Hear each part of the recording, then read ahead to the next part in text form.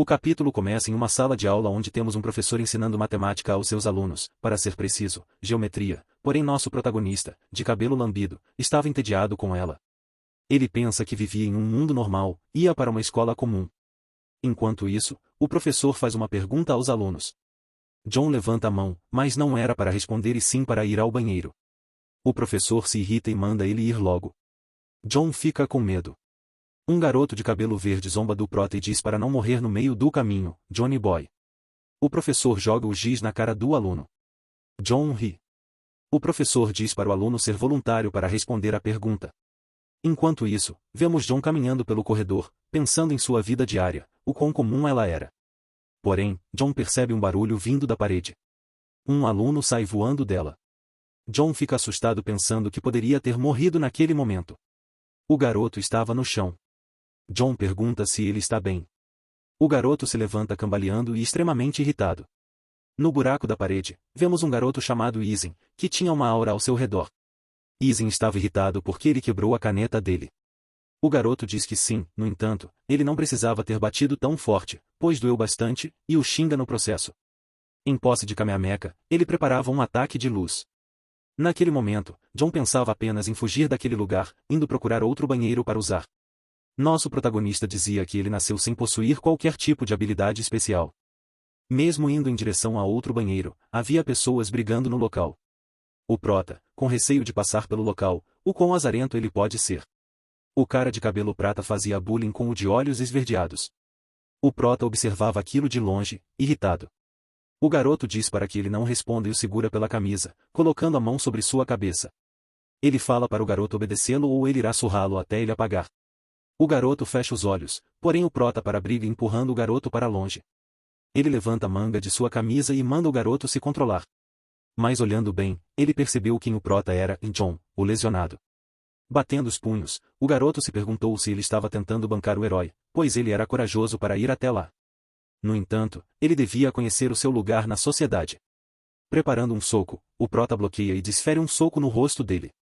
Ele cambaleia, o prota pede para ele recuar. O garoto usa sua habilidade, extremamente irritado, falando que ele pagará por isso. O prota percebe que ele estava ferrado, porque ele lidaria com alguém que possuía habilidades especiais. O garoto fala que ele ainda não aprendeu a lição, o mundo não é um lugar legal para pessoas fracas como ele, mandando ele baixar a bola e não mexer onde não é chamado ou continuar e ser destruído. O prota pensa se aquilo foi uma ameaça. O garoto rapidamente surge atrás das costas dele. Ele bloqueia levantando seu braço esquerdo, porém ele era muito rápido e sua pele havia ficado tão dura quanto uma rocha. Seu braço havia sido machucado. O prota começa a deduzir o tipo de habilidade que seu oponente possuía. O garoto zomba e diz que isso é apenas um pouco do que pode fazer, se você implorar, ele poderia deixar o prota sair dali inteiro. Ele pensava que a habilidade dele nem era tão boa assim. O garoto só está se achando porque finalmente encontrou alguém mais fraco que ele. O prota começa a rir da cara dele. O garoto se irrita e pergunta do que ele está rindo. O prota fala que era dele, implorar, isso era um pedido grande demais para uma pessoa medíocre como ele. Citando exemplos de pessoas realmente grandiosas como Remy, que possuía habilidades elétricas, os dois garotos de mais cedo, Blick, o de cabelo vermelho, e Izen, o de laranja, e claro, a deusa Serafina. Se apoiando na parede, o prota pergunta o que ele poderia fazer, correr um pouco mais, bater um pouco mais forte, não me parece tão surpreendente assim. Zombando cada vez mais dele, o prota diz que até mesmo ele poderia enchê-lo de porrada sem nenhuma habilidade. O garoto surta e avança em sua direção. Ele se abaixa para desviar, agarra sua camisa e seu braço para jogá-lo pela janela da escola. Nosso prota fica aliviado que sua estratégia havia funcionado, contudo seu braço estava quebrado novamente. A cena é trocada para uma garota que estava sentada no terraço. Nosso prota vai até a enfermaria tratar o seu braço. John fica nervoso olhando para o doutor, que estava irritado, pois novamente ele teria que tratar nosso prota, que pede para o doutor se acalmar. Ele entrega uma bebida verde para o prota para curar o seu braço. Ele pega e bebe. O médico manda ele tomar cuidado para ele não irritar um estudante mais forte, pois nem mesmo ele conseguiria salvá-lo da próxima. O prota diz que sabe. Ele se levanta e ia embora falando que seria mais cuidadoso. O médico olhava e fala para onde ele pensa que vai, agarrando o prota. O doutor fala que ele deve seguir o procedimento. O prota fica apavorado com o rosto do doutor. Ele fala que o prota não irá a lugar nenhum até que esteja curado. Ele irá avisar aos professores que não poderá comparecer às aulas durante o resto do dia. A cena corta novamente para a menina do terraço, onde temos ela olhando para seu celular, uma mensagem de nosso John pedindo por ajuda. Descendo as escadas, ele se dirige até a enfermaria. O doutor, com um rosto irritado, suspirava pensando que seria mais um aluno ferido. Ela vai até o prota, ele a cumprimenta. Ela perguntava o que significava aquela mensagem, ele diz que morreria de tédio, pois o doutor não vai deixá-lo sair pelas próximas 3 horas. Ela ri da cara dele. Será diz que tem que voltar para a aula e que não irá esperá-lo quando as aulas acabarem. O prota agarra o ombro dela e fala que ela estava querendo enganá-lo, pois ela nunca ia às aulas. Ele pede para ela fazer companhia a ele. Os dois ficavam juntos jogando em seus celulares. O prota fica feliz com algo, ela percebe o olhar medonho dele. Ele mostra a ela o motivo, mostrando seu novo recorde que alcançou no jogo. O prota fala todo orgulhoso de si que ele era um novo campeão da cidade. No entanto, Será diz que ainda não era o suficiente, pois a pontuação dela era maior que a dele. O prota não acreditava nisso e fala que ela trapaceou.